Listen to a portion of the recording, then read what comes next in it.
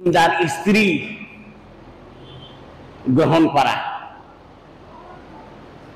তারপর যখন জন্মগ্রহণ করবে তখন তার একটি সুন্দর নাম রাখা, এটা সন্তানের অধিকার।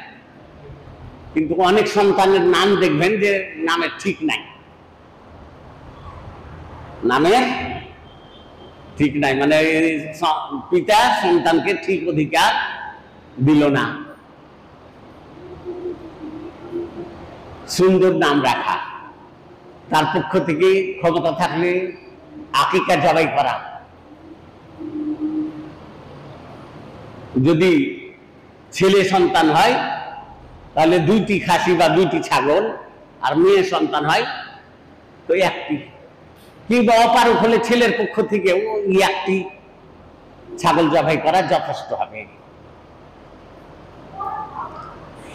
এগুলো অধিকার, ছেলের অধিকার রয়েছে পিতার উপর। তারপরে তাকে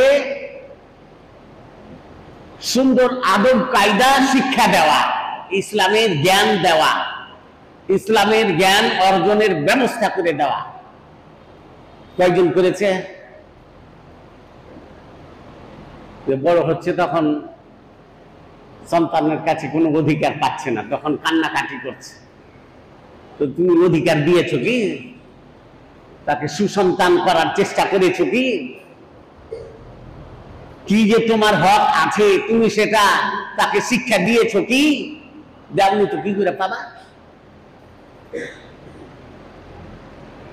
তাহলে সুন্দর নাম রাখা, ক্ষমতা থাকলে আকিকা জবাই করা, তারপরে ইসলামের জ্ঞান দান করা, অর্থাৎ সৎ শিক্ষা দিতে হবে, সৎ চরিত্রে যেন সে বিরাজ করে, সৎ চরিত্রের উপরে সে যেন অটল থাকে, এই জ্ঞান দিতে হবে। অর্থাৎ ইসলামের শিক্ষা তাকে দিতে হবে। এখন হয়তো কেউ বলতে পারে যে আকিকার কথা একটা বলি, যে ছেলের পক্ষ থেকে 2টা হলো আর মেয়ের পক্ষ থেকে 1টা, তো অন্যায় হইলো মনে হচ্ছে নাকি? হ্যাঁ,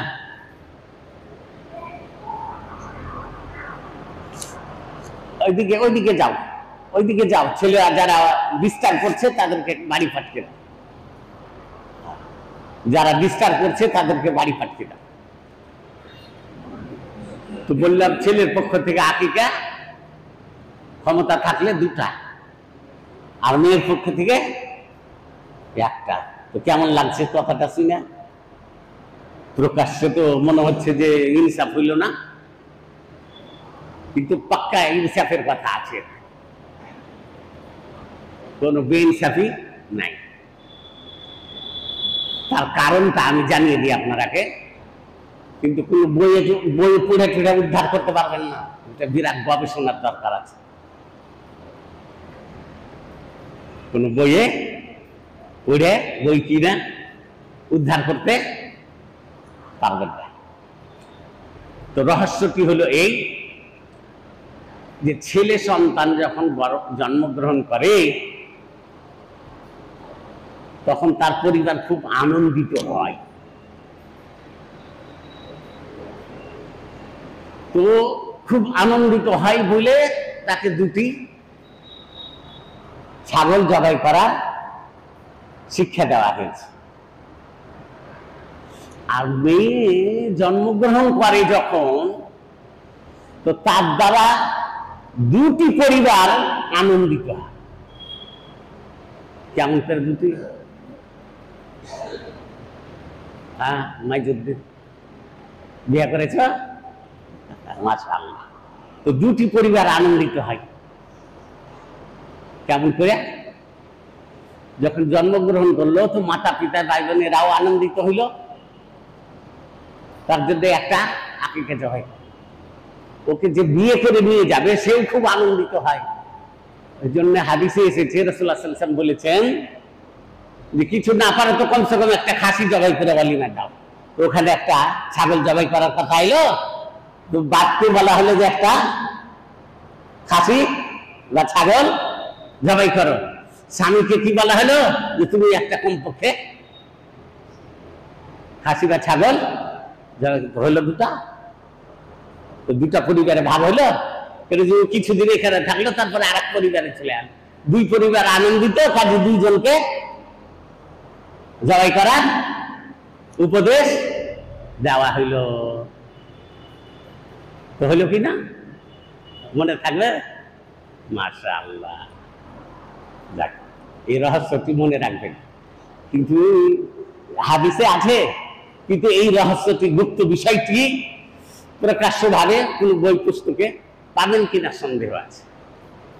আচ্ছা, তো যাই হোক, পিতা যেন সন্তানকে তার অধিকার আগে দেয়, তাহলে সে অধিকার পাবে। কোরআনে এসেছে, ওয়াকাদা রাব্বুকা আল্লা তা'বুদু ইল্লা ইয়্যাহু ওয়া বিল ওয়ালিদাইনি ইহসানা। আল্লাহ ওয়াকাত ফয়সালা করে দিয়েছেন যে আল্লাহকে বাদ দিয়ে অন্য কোন বস্তুর উপাসনা করা চলবে না।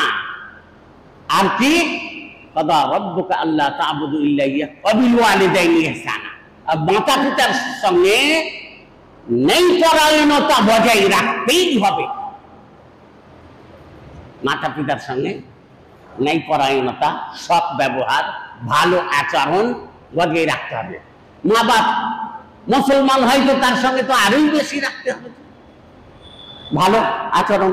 কিন্তু কাফের, বেদিন, ফাসিক, ফাজের যদি হয়, তবুও তার সঙ্গে আচরণ ভালো রাখতে হবে। খাস করে মায়ের সাথে। মা যদি বেদিনও হয়, যেটা ব্যভিচার, খারাপ কাজ করছে, তবুও তার সঙ্গে আচরণ ভালোই রাখতে হবে। তো এই কথাটা শুনে একজন প্রশ্ন করলো আমাকে যে, তো মা তো নিজে জাহান্নামে যাবে, তো আর সেবা করে আমি জান্নাত পাই? কি উত্তর দিবেন? হ্যাঁ, কার কাছে উত্তর আছে? বলছে, মা খুব পাপাচারী, অন্যায়, অত্যাচার, খারাপ কাজ সব করছে, তো তার সঙ্গেও ছেলে যেন সৎ ব্যবহার বজায় রাখে, তাহলে জান্নাত পাওয়া যাবে। এক সাহাবীকে রাসূলুল্লাহ সাল্লাল্লাহু আলাইহি ওয়াসাল্লাম বলেছেন যে, আপনি ধরো তোমার মাকে, তার পায়ের নিচেই জান্নাত আছে। তো মা যদি দিনদার হয়, তাহলে তো তার সেবা করতেই হবে। যদি বেদিনও হয়, তবুও তার সেবা করতে, কোনো ছাড় নাই। শাস্তি দিবে, এটা আল্লাহর দায়িত্ব। বলছে যে, আমাকে প্রশ্ন করলো যে, মা নিজেই জাহান্নামে যাবে, তো আমি কি করে ওর সেবা করে জান্নাত পাবো? তো কি উত্তর হবে? হ্যাঁ ভাই, কি উত্তর দিবেন? উত্তর হলো এই, আমি উত্তর দিলাম এইভাবে যে, গাড়িতে এসি আছে কিনা, তখন কোনো মসজিদে আছে, আল্লাহ আপনারা করবে, এসি আছে, তো দেখবেন উঠছে, হাত দিতে পারবেন না, কিন্তু আপনাকে আরাম দিচ্ছে। এটা বুঝাইবার জন্য আমি উদাহরণটা দিলাম। এসি নিজে পুড়ছে, কিন্তু আপনাকে আরাম দিচ্ছে। তো মায়ের যা হবে হোক, আপনি ভালো ফল, সুফল পেয়েই যাবে। উত্তরটা হইল, না অসুবিধা হয়েছে বুঝতে? আলহামদুলিল্লাহ। তাহলে মায়ের, বাপের সম্মান রক্ষা করা, তাকে এমন কোনো কথা বলা যাবে না যাতে তার মনে কষ্ট আসবে, বিয়াদবি করা যাবে না। মা বাপ যদি গরিব হয়, অভাবগ্রস্ত, তাহলে আর্থিক টাকা পয়সা দিয়েও, সাধ্য মোতাবেক দিয়ে সাহায্য করতে হবে। তাহলে আসল বিষয় কি বলেছিলাম, যে মাতা পিতা যদি অভাবগ্রস্ত হয়, তাহলে তাদের অধিকার, ছেলের মালে কতটা রয়েছে। আমাদের দেশে, সমাজে, আমি বললাম না জুমা নামাজের পর যে আজকে অত্যন্ত গুরুত্বপূর্ণ বিষয় নিয়ে আলোচনা। আমাদের সমাজে মনে করে ছেলে যা ইনকাম করলো, সব টাকার মালিক তার বাপ হয়ে গেল।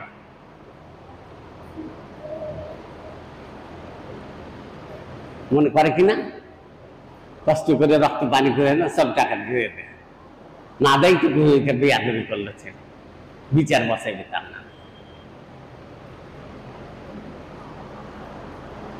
তো এতে ইসলামের শিক্ষাটা কি আছে? আসলে প্রকৃত ইসলামের শিক্ষা কি আছে? আর এই বিষয়টি ঠিকভাবে মুসলিম সমাজ খোলাসা করে পায় না, যার কারণে প্রত্যেক বাড়িতে অশান্তি। আমি গ্যারেন্টি দিয়ে বলতে পারি, যারা দাবি করছে যে কোরআন হাদিস খুব মেনে চলি, দেখবেন ওর বাড়িতেও অশান্তি। কেন? যে বিষয়টি খোলাসা করে জনসাধারণ মুসলমানরা পাচ্ছে না। তো তাই এই বিষয়টিকে আমি আমার এই বইয়ে উল্লেখ করেছি, সুখের সমাজ। আরো আমার বিভিন্ন বইয়ে বিষয়টি আছে। সুখের সমাজে দেখতে পারেন 103 নম্বর পেজ, তারপরেও আছে, 103 নম্বর থেকে শুরু হয়েছে। তো সমাজে ছড়িয়ে আছে একটা হাদিস। এক সাহাবীকে রাসূলুল্লাহ সাল্লাল্লাহু আলাইহি ওয়াসাল্লাম বলেছেন, আনতা ওয়া মালুক লি আবিক, আনতা ওয়া মালুক লি আবিক। এই হাদিসটি সমাজে ছড়িয়ে আছে। হাদিসটি সুনান ইবনে মাজাতে দেখতে পারেন 2291 নম্বর হাদিস, 2291 নম্বর হাদিস।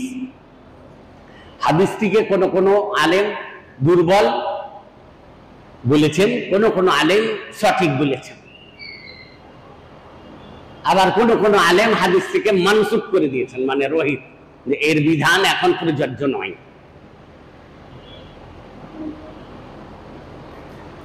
তো আনতা ওয়া মালুক লি আবিক যে শব্দটি আছে হাদিসের মধ্যে, অর্থ করে থাকে সাধারণ টুপি পড়া লোকেরা, বলছে তুমি আর তোমার মালের মালিক হয়ে গেল তোমার বাপ। এইটা একবারে 100% ভুল অর্থ, 100% ভুল অর্থ। কিন্তু ভুল অর্থই বর্ণনা করছে মেম্বারে চড়ে, বড় বড় স্টেজে, বড় বড় মাহফিলে। কেউ বলার নেই, কেউ ঠিক করে দেওয়ার নেই। ওইটাকে আমি ঠিক করে দেওয়ার জন্য কয়েকটি বইয়ে এই বিষয়টি উপস্থাপন করেছি। যার তৌফিক হবে সে করে ঠিক করে দেবে। তো আসল অর্থটা কি? বলে হলো আনতা ওয়া মালুক লি আবিক, তুমি আর তোমার মাল তোমার বাপের জন্য। এইটা তরজমা করে থাকে, কিন্তু আসল তরজমা হলো তুমি আর তোমার মাল তোমার বাপের উপকারের জন্য। অর্থটা আসমান জমিন পার্থক্য হয়, যে তুমি আর তোমার মাল তোমার বাপের জন্য, মানে বাপকে মালিক বানিয়ে দিল ওখানে। কিন্তু আসল অর্থটা হচ্ছে যে তুমি আর তোমার মালের দ্বারা তোমার বাপ যদি অভাবগ্রস্ত হয় তো সে উপকৃত হতে পারবে, এটা হালাল কাজ। এই হলো অর্থ। মানে ওই লাম শব্দটা আছে যে লি আবিক, আনতা ওয়া মালুক লি আবিক, লাম শব্দটা এটা মালিক বানিয়ে দেওয়ার জন্য নয়, এটা উপকৃত হওয়ার জন্য। যেমন কোরআনে আছে হুয়াল্লাযী খালাকা লাকুম মা ফিল আরদি জামিআ, এখানেও লাম আছে, মানে পৃথিবীতে যা আছে সব তোমাদের উপকারের জন্য। তো পৃথিবীতে যা আছে সব কিছুর কি আমি মালিক নাকি? ওই লাম, একই লাম এখানে আছে, যা আছে সব কিছুর মালিক না, কিন্তু উপকৃত হচ্ছেন। রাস্তায় হাঁটছেন, এই যে হাওয়া দেখছে, হাওয়া গ্রহণ করছেন, সূর্যের তাপ নিচ্ছেন, চাঁদের আলো দেখছেন, সুন্দর গাছ দেখে জি জুড়িয়ে যাওয়ার মতো দৃশ্য দেখছেন, গাছ দেখে দেখে, ফুল দেখে, এই যে উপকৃত হচ্ছেন। তারপরে আপনি যদি নিজে মালিক হতে পারেন তাহলে সেটা আপনি টাকা দিয়ে বা কাউরি কাছ থেকে হয়তো হাদিয়া নিয়ে উপকৃত হবেন। কিন্তু গোটা পৃথিবীতে আপনি বিচরণ করছেন, এই দেশ থেকে ওই দেশ যাচ্ছেন, ব্যবসা করছেন, দৌড়াচ্ছেন। তো এগুলো উপকৃত হওয়ার জন্যই পৃথিবীতে যা আছে, হুয়াল্লাযী খালাকা লাকুম মা ফিল আরদি জামিআন, পৃথিবীতে যা আছে সব তোমাদের উপকারের জন্য। এটা উপকার মালিক ভাই, ওই লামটাই আছে ওখানে, আনতা ওয়া মালুকা লিআবিক। ওই হাদিসে যে তোমার বাপ তোমার দ্বারা, তোমার মালের দ্বারা উপকৃত হতে পারবে যদি অভাবগ্রস্ত হয়। কিন্তু আসল মালিক মালের ওই ছেলে, যে ছেলে ইনকাম করলো, ওই মালের মালিক ওই ছেলেটাই, ওর উপরেই জাকাত দেওয়ার কথা এসেছে, ওকে জাকাত দিতে হবে। তাই কোরআনে এসেছে কোন সন্তান যখন বা কোনো ছেলে বা কোনো মেয়ে মারা যাবে, তখন মিরাসের কথা চলে এসছে। যদি বাপই মালিক হয়ে যেত মালের, তাহলে মিরাসের কথা এলো কেন? এই মিরাসের আয়াতকে দেখে ওলামায়ে কেরাম বলেছেন এই হাদিসটা রহিত হয়ে গেছে, মানসুখ, অর্থাৎ বাতিল হয়ে গেছে। কেন যে ওই আয়াতে এসছে সূরা নিসার মধ্যে যে বাপের 6 ভাগের 1 ভাগ আছে যদি ছেলে মারা যায়, তাহলে আর তার মাল থাকে, তাহলে বাপ পাবে 6 ভাগের 1 ভাগ, মা পাবে 6 ভাগের 1 ভাগ। বাকি তার স্ত্রী, তার যদি সন্তান থাকে তাহলে তার স্ত্রী পাবে 8 ভাগের 1 ভাগ, আর বাকি সন্তানেরা ভাগ করে দেবে। তাহলে বাপই যদি মালিক হয়ে গেল সব মালের, এখানে মিরাসের কথা এলো কেন? ওইরকম বেটি যদি মারা যায়, তাহলে ওর মালের মিরাস পাবে ওর স্বামী আর ওর সন্তান সন্ততি, তারপরে মা বাপও কিছু অংশ পাচ্ছে। তাহলে বাপকে মালিক বানিয়ে দেওয়া হয়নি ছেলের মালের। স্পষ্ট হলো? এই দার্সটা বোধহয় শুনেছেন কিনা এর আগে, আল্লাহ আল্লাহ, তবে হয়তো আমি কোনো খুতবাই দিয়েছি সংক্ষেপে, আজকে বিস্তারিত দিলাম। ওই মালেরই অন্তর্ভুক্ত হলো ইসলামী রাষ্ট্রে যখন জিহাদ করতে গিয়ে যুদ্ধবন্দী হবে, যুদ্ধবন্দীর মধ্যে নারীও থাকতে পারে। তো ওই বাদশাহ দেশের যিনি ইমাম হবেন, দেশের যিনি অধিনায়ক হবেন, তিনি ওই যোদ্ধাদেরকে ভাগ করে দিবেন যে এই দাসটা বা এই দাসীটা তোমার জন্য, বা এই যুদ্ধের অস্ত্রটা তোমার জন্য। ওই যে দাসী পেয়ে গেল, তো ওইটা আর মানুষ বিক্রিও করতে পারে বা ওকে স্ত্রীর মতো ব্যবহার করতে পারে। তো এখন যারা বলবে যে তোমার ছেলের মালের মালিক হলো তোমার বাপ, তাহলে ওই মেয়েটার তাহলে ওর বাপ মালিক হয়ে গেল, ওর সঙ্গে সহবাস করা না যায়, হয়ে যায় ওই কথা অনুযায়ী, কিন্তু না যায় না। মানে যখন মাল পেয়ে গেল, একটি মহিলা পেয়ে গেল বাদশার পক্ষ থেকে, তখন ওইটি ছেলে ব্যবহার করতে পারবে। তাই অনেক সময় দেখা যায় একটা লোক আমাকে বলছে যে আমি 90 লক্ষ টাকা আমার বাপকে দিয়েছি ইনকাম করে, আমার কাছে কিছু নাই। এখন আমার বেটা স্কুলে যাচ্ছে, তো আব্বাকে বলছি যে খরচ পাতি গেল দিন, আব্বা কিছু, তো 1 পয়সা দেয় না। আমি বলছি আপনার ওষুধ করেছে, খুব ভালো করেছে, তা আপনি সব দিলেন কেন? এটা তো ইসলামের আইন নেই। অনেক সময় দেখা যায় যে ছেলে যা বেতন পাচ্ছে বা মেয়ে সম্পূর্ণ বাপ নিয়ে নিল, ওই টাকা দিয়ে অন্যান্য ছেলেরাকে গাড়ি বাড়ি করে দিচ্ছে, জমি কিনছে ওদের নামে, আর যেমন তার ফকিরদের দিক থেকে গেল। এগুলো হলো জুলুম, অন্যায়, বিরাট অত্যাচার এটা। আর এগুলো করছে মানুষ ইসলামের দোহাই দিয়ে। একটা খবর পেয়েছি, আমার কানে এসছে, কান্নাকাটি করে প্রশ্নটা করেছে। বলছে এক মহিলা এসেছে বউ হয়ে বাড়িতে, মানে আপনার বেটার বিয়ে দিয়েছেন এক মহিলার সাথে, ওর বাপ ওকে গয়না দিয়েছে 10 ভরি। ওই 10 ভরি গহনা বেচে আর এক বেটার নামে, বেটা বেটির নামে সেই সম্পত্তি কিনেছে আর ওকে ফকির করে। এগুলো কোন ইসলামে, কোন মুসলমান এগুলো? এই মুসলমান না নামের মুসলমান? ওই বহুটা এসছে, ওইটা কি তোমার বকরি ছাগলের মতো নাকি জীবজন্তু যে যা ইচ্ছা তাই করবো? ওর মালের মালিক সে নিজে, স্বামীর মালের মালিক স্বামী নিজে, স্ত্রীর মালের মালিক স্ত্রী নিজে। স্ত্রীর মালের উপরে জাকাত হলে ওই স্ত্রীকে দিতে হয়, নয় যে স্ত্রীর যা মাল আছে সব নিয়ে নেবেন, স্বামী নিয়ে নেবেন না। হ্যাঁ, স্বামীকে দেয় কিছু তাহলে পাবে, কিন্তু স্ত্রীর ভরণ পোষণ, ছোট ছোট সন্তান সন্ততির ভরণ পোষণ খরচ সব আছে ওই স্বামীর উপরে, পুরুষের উপরে। ইসলামের আইন মাইনটা তো সবগুলাই মানো, খালি 5 ওয়াক্তে এসে নামাজ পড়ে নিলেই হবে না। হ্যাঁ, নামাজও পড়তে হবে, আরো বিভিন্ন আইন কানুন যে আছে সেগুলোও মানতে হবে, তবেই তো ইসলাম ফলো করা হবে। উদখুলু ফিল সিলমে কাফা, মানে ইসলাম পুরোপুরি গ্রহণ করতে হবে। এইবার যে কিছু ধরলাম কিছু ছাড়লাম, মন মতো নিলাম মন মতো ছাড়লাম, আফাতুমিনুনা বিবাদিল কিতাব ওয়া তাকফুরুনা বিবাদ। ওই ইহুদিরা বলা হয়েছে যে কিছু কিতাবের কিছু অংশ নিবে আর কিছু ছাড়বা, এটা হয়? তুমি মুসলমানেরা দেখছি ওইরকম। ওই জন্য বললাম যে জ্ঞান অর্জন করতে হবে, জ্ঞান অর্জন করে ছেলে পিলে জানতে পারবে যে বাপের কি অধিকার আছে, মায়ের কি অধিকার আছে, সমাজের কি অধিকার আছে।